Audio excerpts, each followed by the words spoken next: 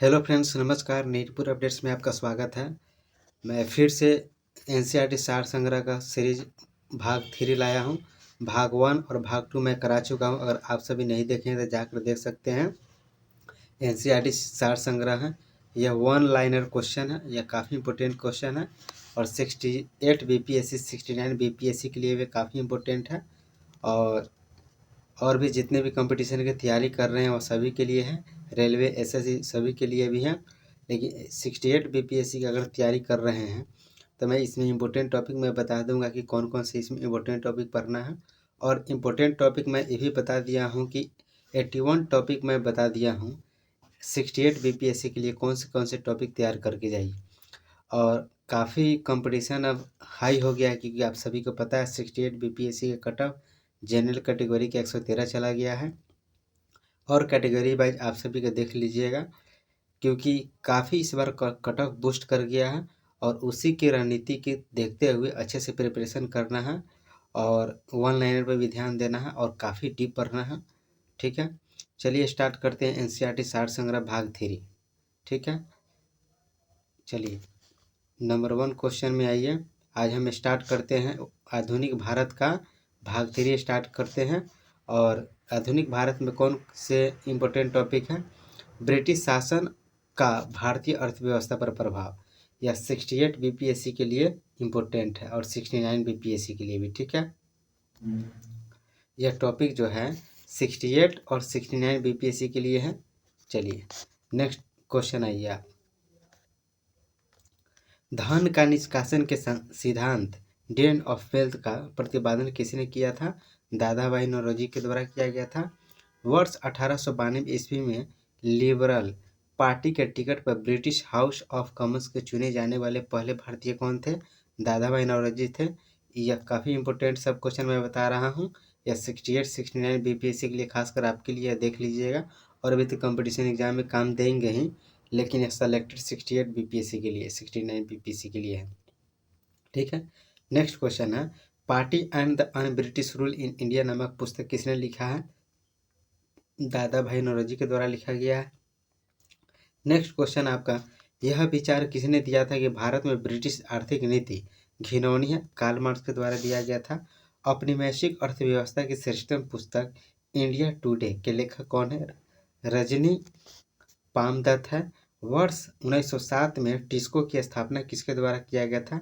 JN. Tata के द्वारा किया गया था। कुटीर उद्योगों के विकास हेतु ऑल इंडिया स्पिनर्स एसोसिएशन की स्थापना किसके द्वारा किया गया था? महात्मा गांधी के द्वारा किया गया था। ठीक है, नेक्स्ट क्वेश्चन। नेक्स्ट आपका वर्ष 1854 में Bombay spinning and weaving company के सूती वस्त्र की फैक्ट्री किसके द्वारा स्थापित की गई थी? काव सजिक डाबर के द्वारा। वर्ष 1855 में भारत का प्रथम जूट मिल कहाँ स्थापित किया गया था? सेरामपुर, पश्चिम बंगाल में किया गया था। नेक्स्ट क्वेश्चन आपका, भारत का प्रथम चाय बागान कब स्थापित किया गया था? वर्ष 1833 में स्थापित किया गया था। प्रसिद्ध इतिहासकार के एम पनिकर ने 1765 से 1772 के काल में डाकू राज का कहा गया है। ठीक है, अब आइए नेक्स्ट, इसी में आइए मॉडर्न इंडिया में ही पर। ठीक है, नेक्स्ट क्वेश्चन आपका, प्रसिद्ध इतिहासकार में बता दिया प्रमुख कृषि पद्धतियाँ इसके समय में क्या क्या हुआ था? जैसे कि तीन कटिया प्रथा क्या है? तो इस प्रथा के अंतर्गत चंपारण बिहार के किसानों को अंग्रेजी बागान मालिकों के अनुबंध पर अपनी भूमि के 3/20 भाग नील की खेती करना अनिवार्य होता था। यानी अब ब्रिटिश द्वारा चंपारण में, बिहार के चंपारण में आपका 3/20 भाग, यानी 3/20 भाग कहने का मतलब है 20 कट्ठा में 3 कट्ठा आपको नील की खेती आपको उपजाना है, अंग्रेजों के द्वारा कहा गया था। ठीक है, और यही है 3 कट्ठीय व्यवस्था चंपारण में किया गया था। दर्दनी प्रथा क्या है? इस प्रथा के अंतर्गत ब्रिटिश व्यापारी भारतीय उत्पादों, कारीगरों, शिल्पकारों आदि से निर्मित माल प्राप्त करने के लिए अग्रिम अथवा पेशगी के रूप में धन देते थे। नेक्स्ट इसमें आ जाइए, क्वेश्चन है आपका, गवर्नर जनरल वारेन हेस्टिंग्स ने इजारेदारी प्रथा फार्मिंग सिस्टम का प्रारंभ भू राजस्व वसूली के लिए किया जाता था। ठीक है। और इसी में आपका ठीक है। ब्रिटिश ब्रिटिश ब्रिटिश कालीन भू राजस्व व्यवस्था। आप सबसे पहले आइए, अस्थाई बंदोबस्त जमींदारी बंदोबस्त, यानी जमींदारी बंदोबस्त किसके शासन काल में आया था, क्वेश्चन पूछ देता है 68 बीपीएससी यानी बीपीएससी में क्वेश्चन पूछ देता है। अस्थाई बंदोबस्त कब लाया गया था, अस्थाई बंदोबस्त किसके द्वारा लाया गया था, अस्थाई बंदोबस्त आपका कहाँ कहाँ लाया गया था, ये क्वेश्चन आपका क्वेश्चन पूछ सकता है, पूछा भी गया है प्रीवियस ईयर क्वेश्चन में। तो अस्थाई बंदोबस्त जमींदारी बंदोबस्त यह लॉर्ड कॉर्नवालिस के समय लाया था, इसी के द्वारा लाया गया था 1793 में। और नेक्स्ट क्वेश्चन है आपका रैयतवारी। रैयतवारी जो है टॉमस मुनरो 1820 में लाया गया था। महलवारी किसके शासनकाल में था, हॉल मैकेंजी के समय आया था। तो क्वेश्चन पूछ देगा रैयतवारी व्यवस्था कब लाया गया था, कौन लाया था, महलवारी भी कौन लाया था, किसके शासनकाल में लाया था। ठीक है। अब लॉर्ड कॉर्नवालिस के द्वारा अस्थाई बंदोबस्त कहाँ कहाँ लागू किया गया था, इंपॉर्टेंट है, काफ़ी इंपॉर्टेंट है। ठीक है। बंगाल, बिहार और उड़ीसा, उत्तर प्रदेश, बनारस और उत्तरी कर्नाटका में लाया गया था। यह समस्त ब्रिटिश भारत का 19% इसमें लाया गया था, यानी टोटल 19% लाया गया था। भूमि अधिग्रहण सदा के लिए जमींदार को होता था। ब्रिटिश सरकार को राजस्व देने की जिम्मेदारी जमींदार की। ठीक है। नेक्स्ट आइए इसमें, और थोड़ा सा इसको जूम कर देते हैं, थोड़ा सा छोटा कर देते हैं इसको। चलिए, आपका इसी में आइए, ब्रिटिश राजस्व देने की जिम्मेदारी जमींदार को हो गया। और आइए टॉमस मुर्नो में आइए, आपका रैयतवारी कहाँ कहाँ लागू था, बम्बई, मद्रास और असम में लागू था। और समस्त भारत में आपका 51% रैयतवारी व्यवस्था लागू किया गया था। भूमि का मालिक किसान ही होता था और ब्रिटिश सरकार को राजस्व देने की जिम्मेदारी किसान को थी। इसमें आपका जमींदार देता था और आपका इसमें आपको किसान देता था ब्रिटिश को। ठीक है। टैक्स कर की दर आपका 33 से 55% था। ठीक है। और होल्ट मैकेंजी के द्वारा होल्ट मैकेंजी के द्वारा 1822 में कहाँ कहाँ लागू किया गया था महलवारी, उत्तर प्रदेश, मध्य प्रांत, पंजाब में। ब्रिटिश के यानी पूरे भारत में आपको 30% लागू था। भूमि पर गांव का अधिकार था। ब्रिटिश सरकार का राजस्व देने की जिम्मेदारी समस्त गांवों के मुखिया को। कर दर आपका 60% था, 60%। प्रभाव के बारे में आइए, प्रभाव में आइए, तीनों का प्रभाव क्या रहा, पारंपरिक अर्थव्यवस्था का विघटन, कृषकों की दरिद्रता, कृषि में ठहराव तथा अनवरत, पुराने जमींदारों का उन्मूलन तथा नए जमींदारों का उदय, कृषि का वाणिज्यीकरण। ठीक है, यही प्रभाव हुआ था। यह आपका क्वेश्चन इससे पूछा जाता है, आपको ध्यान में रखिएगा फ्रेंड्स। चलिए नेक्स्ट इसी में आइए, वह कौन सी भू राज्य व्यवस्था था जिसने सर्वाधिक ब्रिटिश क्षेत्र में लागू की गई, रैयतवारी था। यानी आपको रैयतवारी के बारे में बताया था, कितना परसेंट है आपका, 51% लागू है रैयतवारी। ठीक है।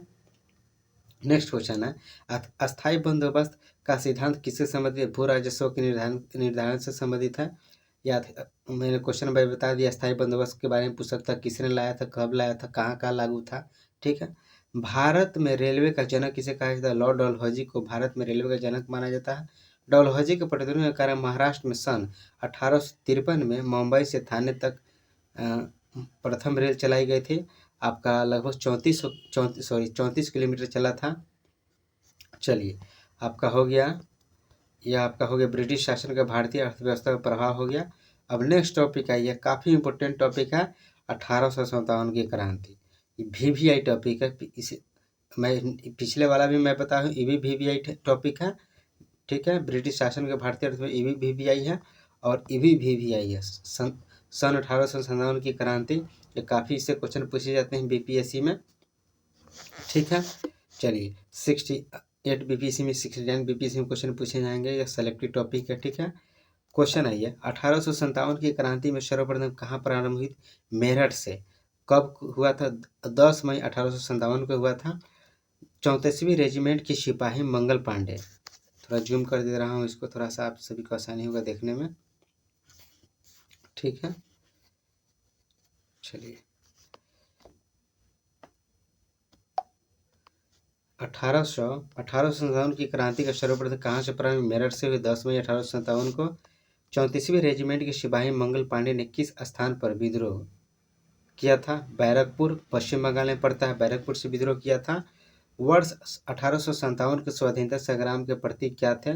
कमल और रोटी, यानी क्रांतिकारी का प्रतीक क्या था? कमल और रोटी। इसी को यानी कमल रोटी सभी घरों में दिया जाता था और विद्रोह किया जाता था अंग्रेजों के खिलाफ। 10 मई 1857 को डेट रखा गया और कमल और रोटी सभी घरों में देकर अंग्रेजों के खिलाफ विद्रोह करना था। ठीक है, नेक्स्ट क्वेश्चन है ये, वर्ष 1857 के विद्रोह का तत्कालीन कारण क्या था?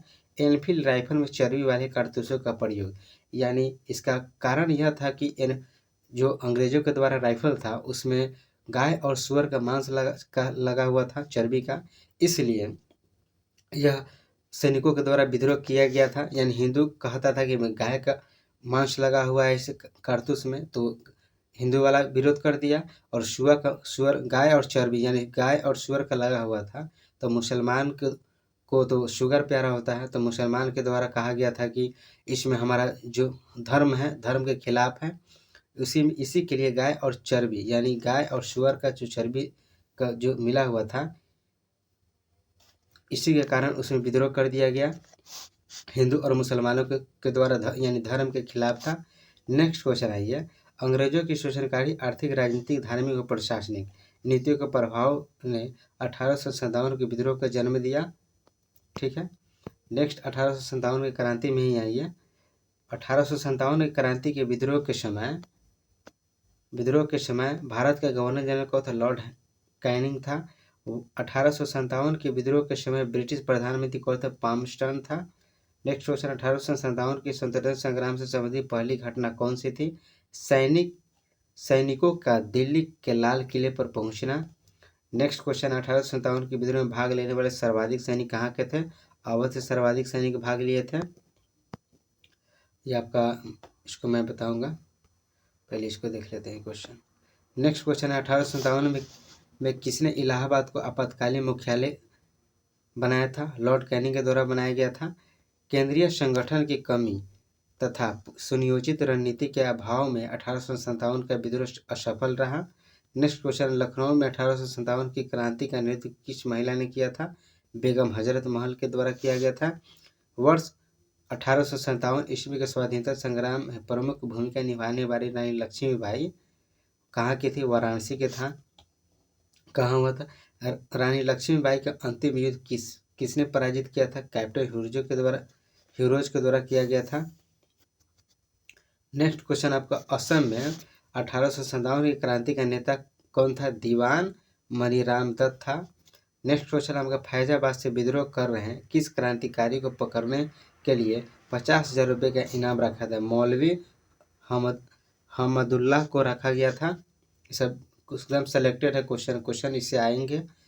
नेक्स्ट क्वेश्चन है, कानपुर से विद्रोह का नेतृत्व कर रहे हैं नाना साहब ने किससे सेनापति का नियुक्त किया? ताप तोपे रामचंद्र पांडुरंग पूरा नाम है। नेक्स्ट क्वेश्चन आपका है, 1857 के विद्रोह के दौरान मुगल बादशाह बहादुर शाह जफर ने किसे सेनापति नियुक्त किया? बख्त खां को नियुक्त किया था। ठीक है, अब आइए, इसी के अंतर्गत आ जाता है 1857 के विद्रोह के प्रमुख केंद्र एवं प्रमुख विद्रोही नेता कौन कौन थे? सबसे पहले केंद्र आइए, विद्रोही नेता आइए, विद्रोह तिथि आइए, दमनकर्ता आइए। दिल्ली में आपका बहादुर शाह सेकेंड बख्त खां सैन्य नेतृत्व कर रहा था। इसका विद्रोही तिथि क्या था? 11 मई 1857 का था। दमनकर्ता था निकलसन हडसन के द्वारा किया गया था, दमन कर दिया गया था। लखनऊ आइए, लखनऊ में बेगम हजरत महल वीर जिस कादिर था। 4 जून 1857 को दमनकर्ता कौन था? कॉलिन कैंपबेल था। झांसी ग्वालियर रानी लक्ष्मीबाई तापतोपे था, 4 जून 1857 का। जनरल हीरोज था। कानपुर नाना साहब तापतोपे सैन्य नेतृत्व कर रहा था, 5 जून 1857 के। कॉलिन कैंपबेल था। इलाहाबाद में लियाकत अली विद्रोही नेता था। ठीक है, इलाहाबाद से लियाकत अली थे, 6 जून 1857 को। कर्नल नील था। फैजाबाद में मौलवी हमदुल्ला जून 1857 को कर्नल नील के द्वारा किया गया था। जगदीशपुर में कुंवर सिंह अमर सिंह यानी बिहार से थे। जगदीशपुर कुंवर सिंह अमर सिंह बिहार के थे। 12 जून 1857 को किया गया था। इसका विद्रोही नेता आपका था, विद्रोही दमनकर्ता कौन था? आपका विलियम टेलर और वह विंसेंट आयर था। ठीक है।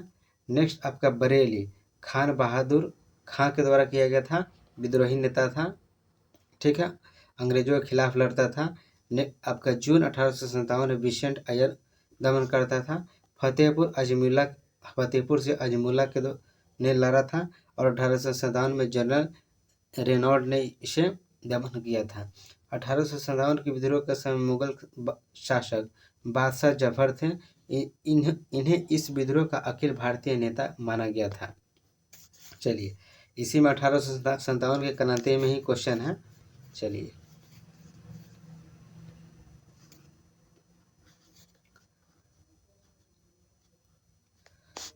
वर्ष 1857 के विद्रोह के दमन के पश्चात भारत शासन अधिनियम 1858 पारित किया गया। इसके माध्यम से भारत का शासन ईस्ट इंडिया कंपनी के हाथों से निकल कर ब्रिटिश क्राउन के हाथों में चला गया था। उस समय महारानी विक्टोरिया ने भारतीय प्रशासन के ब्रिटिश ताज नियंत्रण लेने की घोषणा कब की थी? 1 नवंबर 1858 में किया था।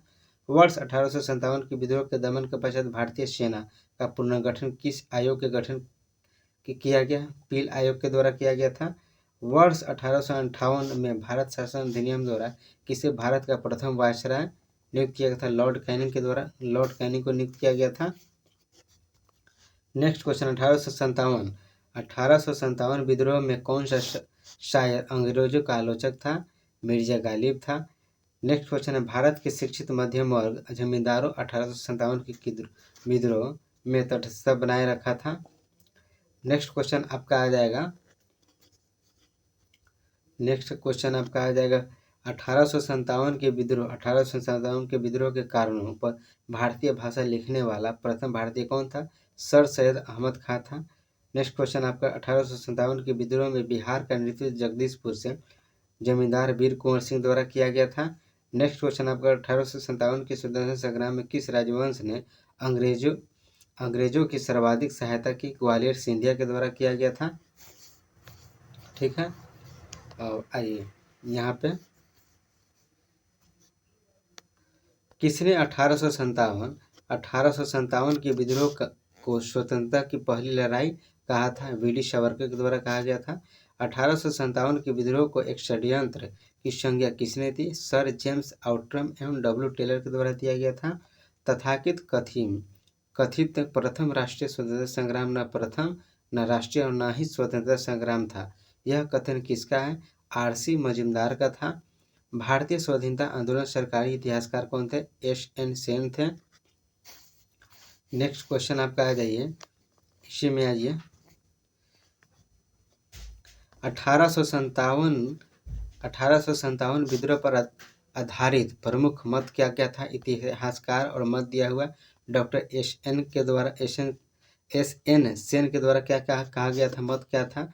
जो कुछ धर्म के लिए लड़ाई के रूप में प्रारंभ हुआ वह स्वतंत्रता संग्राम के रूप में समाप्त हुआ। अशोक मेहता क्या कहा था? 1857 के विद्रोह का स्वरूप राष्ट्रीय था। वीडी सावरकर कहा था 1857 का विद्रोह एक सुनियोजित राष्ट्रीय स्वतंत्रता संग्राम था। Doctor R C. Datta, sorry friends, scroll हो गया, sorry friends. Doctor R C. Datta आपका डॉक्टर आर.सी. मजूमदार तथाकथित प्रथम राष्ट्रीय संग्राम न तो मैं बता दिया। ठीक है, 1800 तथाकथित प्रथम राष्ट्रीय संग्राम न तो प्रथम ना ही राष्ट्रीय और ना ही स्वतंत्र संग्राम था। सर जॉन लॉरेंस यह पूर्णतः सिपाही विद्रोह था। बेंजामिन डिजारायली 1857 का विद्रोह एक राष्ट्रीय विद्रोह था। पी रॉबर्ट्स के द्वारा क्या कहा गया था? 1857 का विद्रोह केवल एक सैनिक विद्रोह था जिसका तत्कालीन कारण चर्बी युक्त कारतूस था। ठीक है, नेक्स्ट क्वेश्चन आपका इसी में आ जाइए। टी आर आपका होम्स यह सभ्यता एक बर्बरता का संघर्ष था। डब्ल्यू टेलर और जेम्स आउट्रम यह अंग्रेजों के विरुद्ध हिंदू मुसलमानों का षड्यंत्र कहा था। रिच के द्वारा क्या कहा गया था? यह ईसाई धर्म के विरुद्ध एक धर्म युद्ध था। अब आइए यहाँ पे आइए, यहाँ पे आप सभी आ जाइए। 1857 पर आधारित प्रमुख पुस्तक लेखक या पुस्तक लेखक पूछता है कि कौन सा पुस्तक किसने लिखा है, इंपॉर्टेंट है, ये सभी को आप ध्यान में रखिएगा। The great Liberian rebellion Ashok Mehta लिखा है, ठीक है। First war of independence Vinayak Damodar Savarkar द्वारा लिखा गया है। 1857 एस.एन. सेन के द्वारा लिखा गया। Sipahi mutiny and the revolt of 1857 R C. Majumdar के द्वारा दिया गया है। The history of Indian mutiny T R. Holmes के द्वारा दिया गया है, लिखा गया है। Rebellion 1857 PC. जोशी के द्वारा। College of the Indian revolt sir Syed Ahmad Khan के द्वारा लिखा गया है। रानी लक्ष्मीबाई की मृत्यु हीरोज ने कहा था कि भारतीय विद्रोहियों में वह अकेली पुरुष थी। कौन ने कहा था? हीरोज ने कहा था, अंग्रेजी था, ठीक है। आज का वीडियो में इतना ही रहा और नेक्स्ट मैं भाग 4 में अपलोड करूँगा। और मेरे चैनल पर नए हैं तो प्लीज़ मेरे चैनल को सब्सक्राइब कर लीजिए, लाइक कर दीजिए, शेयर कर दीजिए, ताकि आप सभी को साथ BSS CGL 67 BPSC और आप सभी को अपडेट मिलता रहे। और इसी तरह से आप लोग प्लीज़ शेयर करें, लाइक करें, कमेंट करें। जो भी क्यूरीज हो, अगर कोई भी चीज़ का इंक्वायरी लेना चाहते हैं, BPSC के रिगार्डिंग कुछ पूछना चाहते हैं तो कमेंट कर सकते हैं। और इसको आप पढ़ लीजिए, 68 BPSC के लिए काफ़ी हेल्पफुल है और भी कंपटीशन के लिए। और नेक्स्ट आप सभी को वीडियो किस टॉपिक पे चाहिए प्लीज़ आप कमेंट कीजिए। चलिए आज के वीडियो में इतना ही रहा। अगर आप सभी को PDF चाहिए तो आप टेलीग्राम चैनल से जुड़ सकते हैं, कमेंट कर सकते हैं, मैं लिंक दे दूँगा। चलिए धन्यवाद।